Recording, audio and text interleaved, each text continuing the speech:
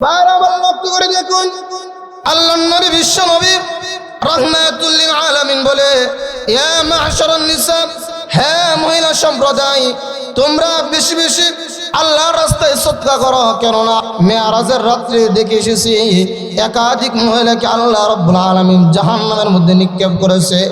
হে মহিলা সম্প্রদায়, তোমরা বেশি বেশি ইস্তেগফার করো, বেশি বেশি আল্লাহর রাস্তায় দান সদকা করো। কেননা কিয়ামতের ময়দানে আল্লাহ রাব্বুল আলামিন মহিলাদেরকে বেশি বেশি জাহান্নামের মধ্যে নিক্ষেপ করবে। তার কারণ হলো তারা দুনিয়ার মধ্যে মানুষের উপরে বেশি আল্লাহর কাছ থেকে অভিশাপ চায়। আরেকটা হলো তারা এত বেশি স্বামীর আনুগত্য করে স্বামীর কথা শুনে না, স্বামীকে সম্মান দেয় না, স্বামীর মুখে মুখে কথা বলে, স্বামীকে তুই তুঙ্গর করে কথা বলে। আল্লাহ রাসূল বলে এই কারণগুলোর কারণে আল্লাহ রাব্বুল আলামিন মহিলাদেরকে বেশি জাহান্নামের মধ্যে নিক্ষেপ করবে। নাউযুবিল্লাহ। বারবার লক্ষ্য করে দেখুন, আল্লাহর নবী বিশ্ব নবী রাহমাতুল লিল আলামিন আমাদেরকে জানিয়ে দিয়েছে, হে আমার উম্মতেরা, আমি রাসূল দুনিয়া থেকে চলে যাইতেছি, আমি রাসূল আর দুনিয়ার মধ্যে আসবো না। কিন্তু আমি তোমাদেরকে দুইটা জিনিস দিয়ে গেলাম। এর মধ্যে একটা জিনিস হলো কোরআন, আর একটা জিনিস হলো সুন্নাহ। হে আমার উম্মতেরা, কোরআনের মধ্যে আল্লাহ রাব্বুল আলামিন মহিলাদেরকে ওয়াজ করতেছে। আল্লাহ ডাক দে বলে, এরে বান্দি, আমি আল্লাহ তোমাদেরকে জানিয়ে দিলাম, জাহিলাতের একটা যুগ ছিল, যে যুগের মধ্যে দিন ধর্ম বলতে কোনো কিছু ছিল না। মা তার সন্তানের সঙ্গে জিনা করত, সন্তান তার মায়ের সঙ্গে জিনা করত, ভাই তার বোনের সঙ্গে জিনা করত। এমন একটা জামানা ছিল, এই জামানার মতো তোমরা হয় না, কুকুর আর কুকুরনির মতো হয় না। রাস্তাঘাটে তোমরা এমনভাবে চলাফেরা করবা যেন তোমাদেরকে দেখা পুরুষ তোমাদের দিকে দ্বিতীয়বার তাকানোর ইচ্ছা না হয়। বলেন ঠিক কিনা? दुनिया या सियासत में तेरा नाम रहेगा, दुनिया या सियासत में तेरा नाम रहेगा, फारूक तेरा नाम से इस्लाम रहेगा, दुनिया या मुअज्जिन में तेरा नाम रहेगा, दुनिया या मुअज्जिन में तेरा नाम रहेगा, बेलाल तेरा नाम से इस्लाम रहेगा। মেহমানদেরকে তাজিম করা এটা রাসূলের একটা বড় সুন্নাহ। তো আজকে আপনাদের উচিত হলো বাড়ি ঘরে যারা আছেন সবাই মাহফিল প্যান্ডেলের ভিতরে আইসা আলেমদের কথা শুনে আলেমদেরকে সম্মান করা। তো আমি আপনাদের সামনে মহাগ্রন্থ আল কোরআনের, আসমানি গ্রন্থের সবচেয়ে বড় গ্রন্থ আল কোরআনের 22তম পারার একটি আয়াতের টুকরা আমি আপনাদের সম্মুখে তিলাওয়াত করেছি। আমি আপনাদের মাঝখান থেকে জানতে চাই, যারা আমরা এখানে আসি প্রত্যেকজন কি এক একটা মায়ের সন্তান কিনা?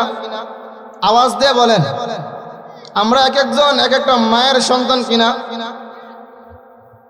তো কথা হলো যে প্রত্যেকটা সন্তান, প্রত্যেকটা মানুষ ভালো হওয়ার জন্য প্রথমে তার মা ভালো হওয়া উচিত। কথা বলেন ঠিক কিনা? প্রত্যেকটা সন্তান, প্রত্যেকটা মানুষ সত্যিকারে মানুষ হওয়ার জন্য তার মা সত্যিকারে একজন ভালো মা হওয়া উচিত। কথা বলেন ঠিক কিনা?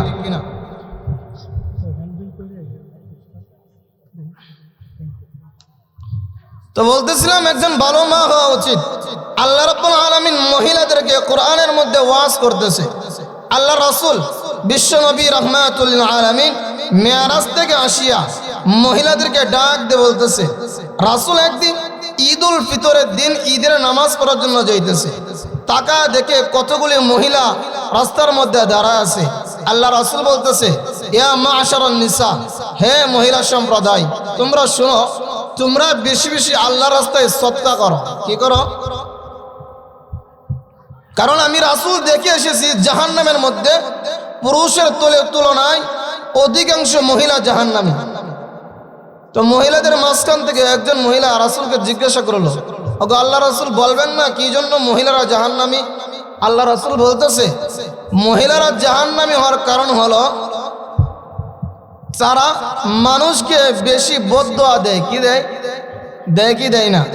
আল্লাহ ঠাডা ফালানা কে হের বইয়ের মধ্যে কথা বলে কি বলে না? 2 নম্বর কারণ, তারা মহিলারা বেশি বেশি স্বামীর আনুগত্য করে, স্বামীর আনুগত্য করে না, স্বামীর কথা মানে না, স্বামীকে সম্মান দিয়ে কথা বলে না। এই কারণের কারণে আল্লাহ রাব্বুল আলামিন মহিলাদেরকে বেশিরভাগ জাহান্নামের মধ্যে দিবে। বাইরে আমার লক্ষ্য করে দেখুন, আল্লাহর নবী বিশ্ব নবী রাহমাতুল লিল আলামিন বলে, ইয়া মা'শারান নিসা, হে মহিলা সম্প্রদায়, তোমরা বেশি বেশি আল্লাহর রাস্তায় সদকা করো, কেননা মেরাজের রাত্রে দেখে এসেছি একাধিক মহিলাকে আল্লাহ রাব্বুল আলামিন জাহান্নামের মধ্যে নিক্ষেপ করেছে। হে মহিলা সম্প্রদায়, তোমরা বেশি বেশি ইস্তেগফার করো, বেশি বেশি আল্লাহর রাস্তায় দান সদকা করো, কেননা কিয়ামতের ময়দানে আল্লাহ রাব্বুল আলামিন মহিলাদেরকে বেশি বেশি জাহান্নামের মধ্যে নিক্ষেপ করবে। তার কারণ হলো তারা দুনিয়ার মধ্যে মানুষের উপরে বেশি আল্লাহর কাছ থেকে অভিশাপ চায়। আরেকটা হলো তারা এত বেশি স্বামীর আনুগত্য করে স্বামীর কথা শুনে না, স্বামীকে সম্মান দেয় না, স্বামীর মুখে মুখে কথা বলে, স্বামীকে তুই তুঙ্গর করে কথা বলে। আল্লাহ রাসূল বলে, এই কারণগুলোর কারণে আল্লাহ রাব্বুল আলামিন মহিলাদেরকে বেশি জাহান্নামের মধ্যে নিক্ষেপ করবে। নাউযুবিল্লাহ। বাইরে আমার লক্ষ্য করে দেখুন, আল্লাহর নবী বিশ্ব নবী রাহমাতুল লিল আলামিন আমাদেরকে জানিয়ে দিয়েছে, হে আমার উম্মতেরা, আমি রাসূল দুনিয়া থেকে চলে যাইতেছি, আমি রাসূল আর দুনিয়ার মধ্যে আসবো না, কিন্তু আমি তোমাদেরকে 2টা জিনিস দিয়ে গেলাম। এর মধ্যে একটা জিনিস হলো কোরআন, আর একটা জিনিস হলো সুন্নাহ। হে আমার উম্মতেরা, কোরআনের মধ্যে আল্লাহ রাব্বুল আলামিন মহিলাদেরকে ওয়াজ করতেছে। আল্লাহ ডাক দে বলে, এরে বন্দি, আমি আল্লাহ তোমাদেরকে জানিয়ে দিলাম, জাহিলিয়াতের একটা যুগ ছিল, যে যুগের মধ্যে দিন ধর্ম বলতে কোনো কিছু ছিল না। মা তার সন্তানের সঙ্গে জিনা করত, সন্তান তার মায়ের সঙ্গে জিনা করত, ভাই তার বোনের সঙ্গে জিনা করত। এমন একটা জামানা ছিল, এই জামানার মতো তোমরা হয় না, কুকুর আর কুকুরনির মতো হয় না। রাস্তাঘাটে তোমরা এমনভাবে চলাফেরা করবা যেন তোমাদেরকে দেখা পুরুষ তোমাদের দিকে দ্বিতীয়বার তাকানোর ইচ্ছা না হয়। বলেন ঠিক কিনা? পুরুষকে এমনি এমনি চা, এমনি চা, এমনি চা না। বুরকাওয়ালা একটা মহিলা হাত মোজা, পা মোজা পরে রাখছে, এই মহিলার দিকে তাকায় আপনার কোনো লাভ আছে? বলেন, কোনো লাভ নাই। লাভ কোন মহিলার দিকে তাকায় যে মহিলা বেপরদ অবস্থায় টাইট পিস জামা পরে রাস্তার মধ্যে আসে, এই মহিলার দিকে পুরুষ তাকাই তো না চাইলেও বারবার তাকানোর ইচ্ছা হবে, হবে কি হবে না? তো মা বোনদের ভালো হওয়া উচিত, মা বোনদের পর্দা বলা উচিত, মা বোনটা সঠিক মা হওয়া উচিত, দিনদার মা হওয়া উচিত, কোরআনওয়ালা মা হওয়া উচিত, রাসূলের সুন্নতওয়ালা মা হওয়া উচিত। কথা বলেন ঠিক কিনা? যারা আছেন বসে পড়েন না, মাহফিল তো আপনাদের। এই রাস্তার পাশে মাহফিল, যদি মানুষ দেখে মাহফিল মধ্যে মানুষ নাই, ড্রাইভাররা ভালো বলবে আপনাদের। ভাইরা আমার, যে কথা বলতেছিলাম, আল্লাহর রাসূল সাল্লাল্লাহু আলাইহি ওয়াসাল্লামের জামানার মধ্যে একজন মুসলিম ব্যক্তি, তার মায়ের তার মেয়ের পেটের মধ্যে এত পরিমাণে ব্যথা উঠেছে। এবার মুসলিম ব্যক্তি চিন্তা করতেছে, হাইরে মায়ের, আমার মেয়ের পেটা, আমার মেয়ের পেটের ব্যথা এত বেশি, যার কারণে আল্লাহর বান্দা মুসলিম ব্যক্তি নিজেকে আর কন্ট্রোল করতে পারতেছে না। আল্লাহর বান্দা চিন্তা করতেছে কি করা যায়, কি করা যায়। কিন্তু আল্লাহ রাব্বুল আলামিন ডাক দিয়ে বলে, বান্দারে, তুই সারা জীবন তুই নাফরমানি করলে, সারা জীবন তুই নাফরমানি করলে, আমি রবকে তুই একটা বারো ডাক দিলে না। সপ্তাহের পর সপ্তাহ চলে যায়, মাসের পর মাস চলে যায়, বছরের পর বছর চলে যায়, কিন্তু বান্দারে তুই একটা বার আমি রবকে ডাক দেস না।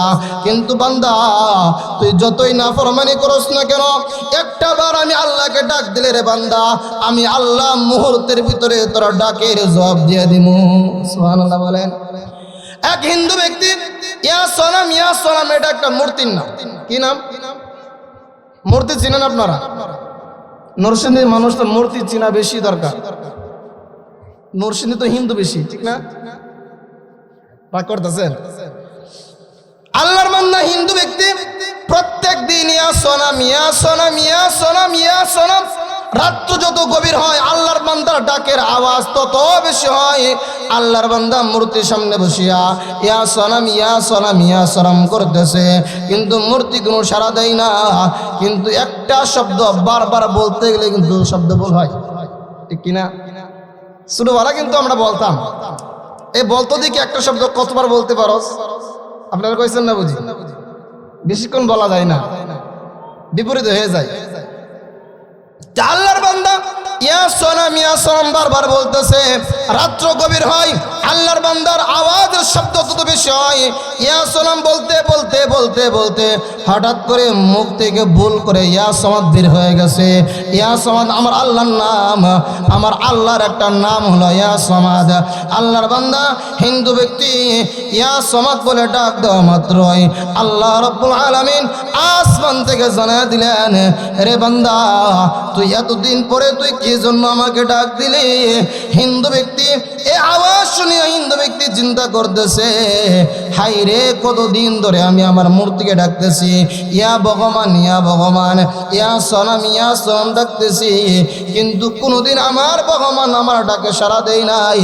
আজকে কোন ব্যক্তির নাম আমি বললাম, কোন ভগবানের নাম আমি বললাম, কোন সৃষ্টিকর্তার নাম আমি বললাম, যার কারণে মুহূর্তের ভিতরে আমার ডাকের জবাব দিয়ে দিয়েছে। আগামীকাল সকাল হয়ে গেছে। আল্লাহর বান্দা দৌড়ে দৌড়ে জিজ্ঞাসা করতেছে, একজন মুসলমান ব্যক্তি ডাকতে বলতেছে, ওগো মুসলিম ভাই ইয়া সমাদ ডাকে আমাকে একটু বলো না। মুসলমান ডাকতে বলতেছে, ইয়া সমাদ হলো আমার রবের নাম, আমার রব যিনি আমাকে সৃষ্টি করেছে, যিনি আমাকে মরণ দিবে, যিনি আমাকে রিজিক দান করে, এই হিন্দু ব্যক্তি আমার রবের নাম হলো ইয়া সমাদ। আল্লাহর বান্দা দৌড়ে মুস্তির ইমামের কাছে গিয়ে বলতেছে, ওগো মুস্তির ইমাম, ইয়া সমাদকে মুস্তির ইমাম ডাকতে বলতেছে, ওগো মুসলিম ব্যক্তি ইয়া সমাদ হলো আমার আল্লাহ। এবার ওই অমুসলিম ব্যক্তি ডাকতে বলতেছে, এই মুস্তির ইমাম তুমি আমাকে এখনই কালিমা পড়িয়া মুসলমান বানিয়ে দাও। যে আল্লাহকে একবার ডাক দেওয়ার কারণে যে আল্লাহ আমার ডাকে সাড়া দিয়েছে, আর এতদিন আমি আমার ভগবানকে ডাকলাম সাড়া দিল না, হে মুসলমানের ইমাম তুমি আমাকে এখনই কালিমা পড়িয়া মুসলমান বানিয়ে দাও। এবার ওই মুসলিম ব্যক্তি তার মেয়ের পেটের ভিতরে এত ব্যথা উঠেছে, আল্লাহর বান্দা কত কবিরাজ কত ডাক্তারকে দেখাইছে, কোনো ফায়দা হয় নাই। কিন্তু এই অমুসলিম ব্যক্তি শুনেছে মুসলমানদের একজন রব আছে, যে রবকে একবার ডাক দিলে আল্লাহ ফিরিয়ে দেয় না। হিন্দু ব্যক্তি রাত্র গভীর হয়ে গেছে, চতুর্দিক নিস্তব্ধ নীরবতা হয়ে গেছে। আল্লাহর বান্দা চিন্তা করতেছে, আমি দেখলাম মুসলিম মানুষ নামাজের মধ্যে সিজদা করি আল্লাহকে জানি কি বলে। এবার এই মুসলিম ব্যক্তি চিন্তা করতেছে যে আমি দেখি তো মসজিদের মধ্যে মুসলমানরা কি জানি সিজদা করে আল্লাহকে বলে। আল্লাহর বান্দা মুসলিম ব্যক্তি মাটির মধ্যে সিজদা করলেন, রাত্র গভীর। আল্লাহর বান্দা মুসলিম ব্যক্তি আল্লাহকে বলতেছে, আল্লাহ আমি দেখেছি মুসলমান এই সিজদার মধ্যে পড়ে তোমাকে ডাকে, তুমি যদি সত্যিকারে সৃষ্টিকর্তা হয়ে থাকো, তুমি যদি সত্যিকারে মুসলমানদের রব হয়ে থাকো, তুমি যদি সত্যিকারে মুসলমানদের রিজিক দাতা হয়ে থাকো, মানুষের রিজিক দাতা হয়ে থাকো, তাহলে তাকায় দেখো আমার মেয়ে পেটের ব্যথার কারণে চিৎকার করতেছে, কত ডাক্তার দেখাইলাম, কত কবিরাজ দেখাইলাম, কিন্তু আমার মেয়ে সুস্থ হইতেছে না। ওগো আল্লাহ তুমি দয়া করিয়া আমার মেয়েকে এখনই তুমি সুস্থ করে দাও। বাইরে আমার তাকায় দেখেন, আবার হিন্দু ব্যক্তি আল্লাহ রাব্বুল আলামিনকে সিজদা করে আল্লাহকে বলতেছে, আল্লাহ আমি জানিছি মুসলমান আপনাকে সিজদা করে, কিন্তু আল্লাহ আমি মুসলিম না, আমি একজন অমুসলিম ঘরের সন্তান, আমি একজন হিন্দু মানুষ।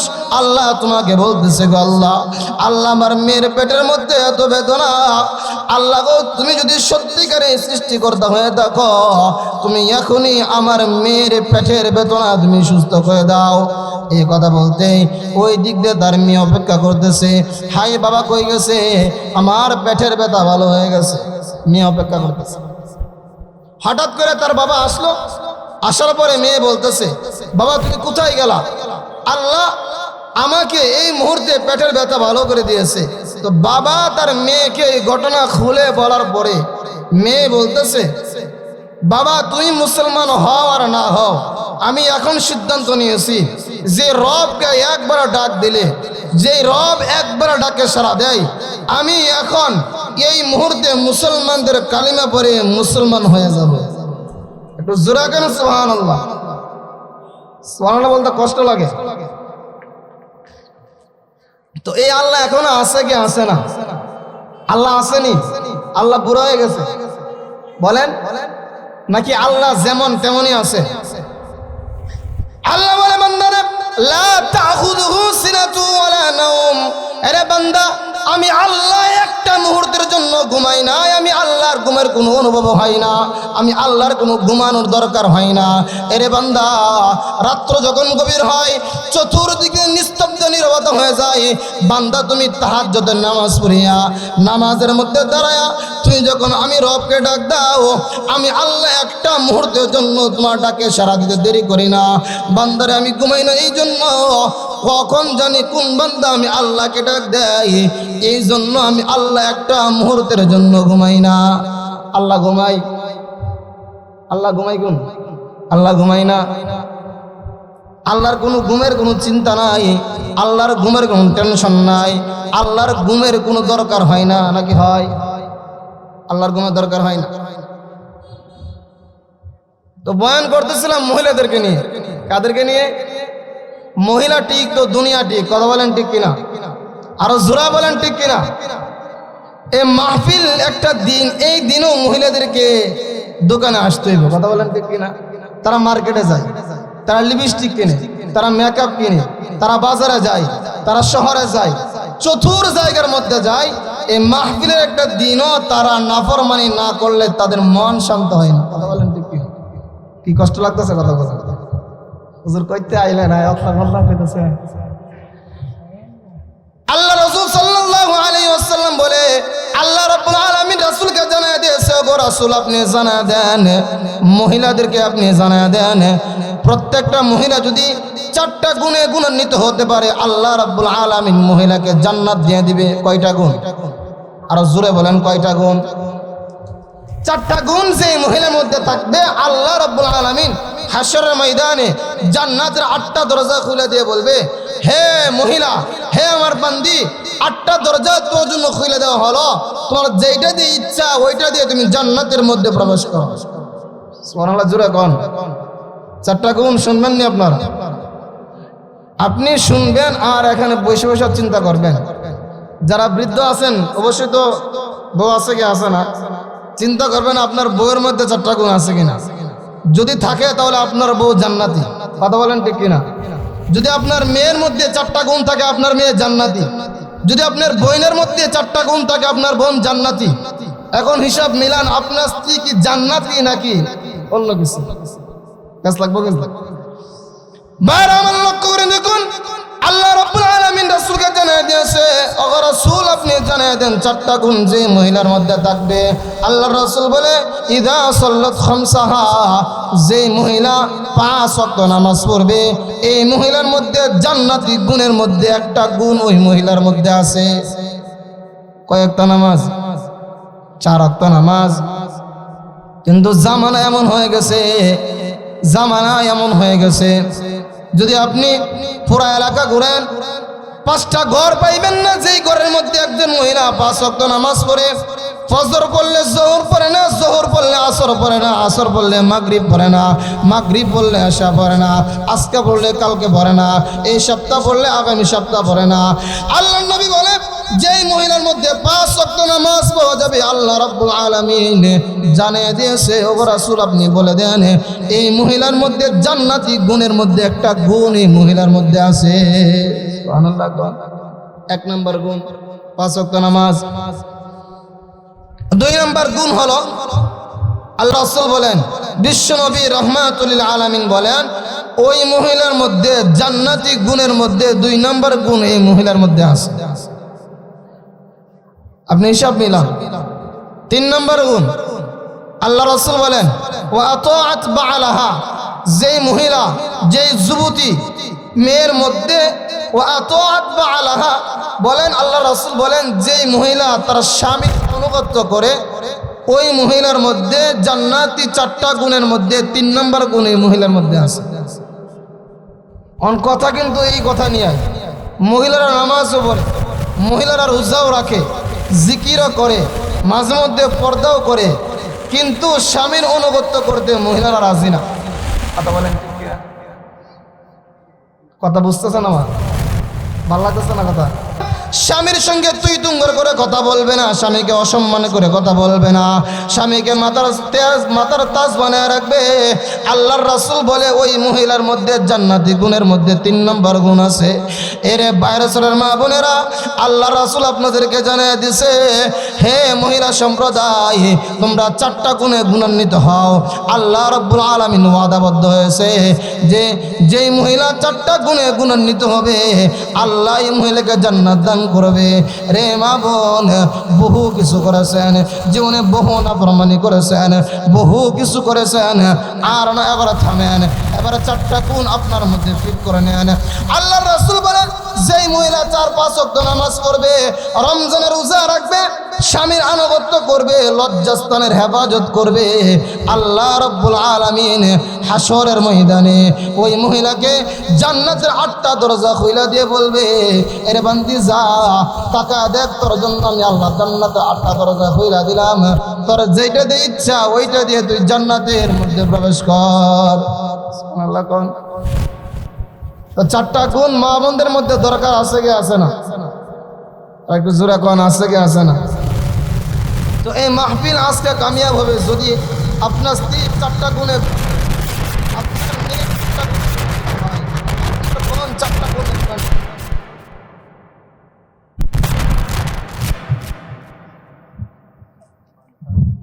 তো এই মাহফিল তখনই সফল কাম হবে যখন আপনার স্ত্রী, আপনার বোন, আপনার বাড়ির মহিলা, এই বাহির চরের প্রত্যেকটা মহিলা 4 গুণে গুণান্বিত হবে। কথা বলেন ঠিক কিনা? তো আমরা চাই প্রত্যেকটা মহিলায় 4টে গুণে গুণান্বিত হোক। কথা বলেন ঠিক কিনা? আর একটা কথা বলছিলাম যে হিন্দু ব্যক্তি আল্লাহকে ডাক দিয়ে আল্লাহর কাছ থেকে মাপ আনতে পারছে, যারা বুড়া হয়ে গেছেন, যারা বৃদ্ধ হয়ে গেছেন, জীবনে নামাজ পড়েন নাই, রোজা রাখেন নাই, আল্লাহ বলে বান্দা আমি আল্লাহ তোমাকে জানা দিলাম, বান্দা তুমি শোনো, তুমি বৃদ্ধ হয়ে গেছো, দাড়ি সাদা হয়ে গেছে, চামড়া ডিল হয়ে গেছে, চোখের জ্যোতি কমে গেছে, স্কিন চামড়া নষ্ট হয়ে গেছে, কিন্তু বান্দা তুই যখন তাহাজ্জুদের নামাজে পড়িয়া, তুই যখন নামাজের সিজদার মধ্যে গিয়া আমি আল্লাহকে ডাক দে, বলো আল্লাহ জীবনে গুনাহ করেছি, অন্যায় করেছি, জুলুম করেছি, অত্যাচার করেছি, এ আল্লাহ তুমি দয়া করিয়া আমার জীবনে तमाम জিন্দেগির গুনাহ মাফ করে দাও। আল্লাহ বলে বান্দা তোমার চোখের পানি নাকের আগার মধ্যে আসার আগে আগে আমি আল্লাহ তোমার জিন্দেগির तमाम গুনাহ আমি আল্লাহ মাফ করে দেই। তো তওবা করবেন তো ইনশাআল্লাহ, আর জোরে বলেন করবেন তো ইনশাআল্লাহ, নামাজ পড়বেন তো ইনশাআল্লাহ, মা বোনদেরকে পর্দাওয়ালা বানাবেন তো ইনশাআল্লাহ। আল্লাহ রাব্বুল আলামিন যে কথাগুলো আমাকে বললাম, আমাকে আমল করার, সবাইকে আমল করার তৌফিক দান করুক। ওয়া আখির দাওয়ানা আলহামদুলিল্লাহি রাব্বিল আলামিন। আসসালামু আলাইকুম।